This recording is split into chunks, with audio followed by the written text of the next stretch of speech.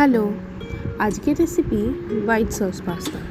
এটা শুধু ছোটদের প্রিয় খাবার নয়, এটা ছোট বড় বুড়ো মানে 8 থেকে 80 যাকে বলে সকলের খুব প্রিয় একটা খাবার। সবসময় তো রেস্টুরেন্টে গিয়ে খেয়ে ওঠা হয় না, তাই বাড়িতেই খুব সহজ উপকরণ দিয়ে বানিয়ে নাও হোয়াইট সস পাস্তা। আর বানাতে বানাতে শুনে নাও একটা অদ্ভুত লেখা হোয়াইট সস পাস্তাকে নিয়ে। সব যে কোথা থেকে আমি উদ্ধার করি আমি নিজেও জানি না। হোয়াইট সস পাস্তা, সাদা সসে মোড়া পাস্তা যেন এক স্বপ্নীল ক্যানভাস। ক্রিমি স্বাদে ভরপুর, প্রতি কামড়ে সুবাস। চিকেন বা সবজি তাতে মিশে হয় একাকার, যে কোনো চিজের পরশে স্বাদ হয় চমৎকার।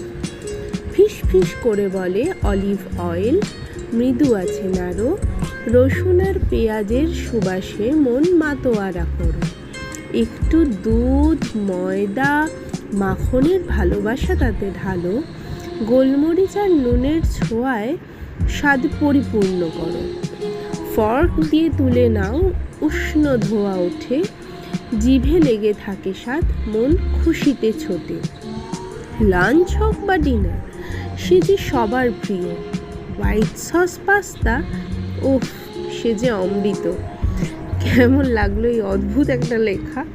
পাস্তা নিয়েও যে লেখা থাকতে পারে সেটা আমার কোনো ধারণা ছিল না, কিন্তু ওই পেয়ে গেলাম আর কি একটা লেখা।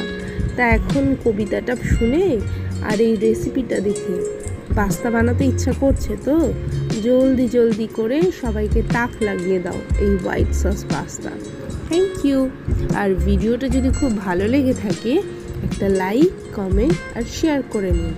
আরও এরকম অনেক রেসিপি দেখতে আর আমার মতো এরকম ভুলভাল কবিতা শুনতে অবশ্যই সাবস্ক্রাইব করে নিও আমার এই চ্যানেলটাকে। Thank you.